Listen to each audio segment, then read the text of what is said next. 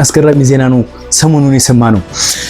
አንዲት ሙስሊም ሴት ለዛውም ሂጃቧን ሳታውልቅ ለዛውም ደግሞ አሜሪካዊ ሳትሆን ትልቁን የአሜሪካን የፍርድ ቤት ስልጣን ተቆናጣለች ማለት ነው ከሰሞኑ።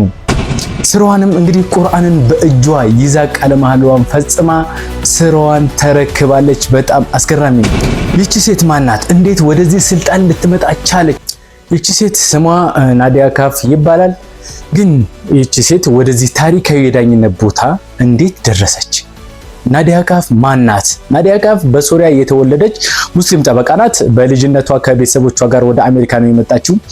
በኋላም በህግ ትምህርት ተመራ የህግ ባለሙያ ሆናለች ማለት ነው። በተለይም በፋሚሊ ለው እና በኢሚግሬሽን ለው ዘርፎች ሰርታለች እዛው በአሜሪካ ማለት ነው።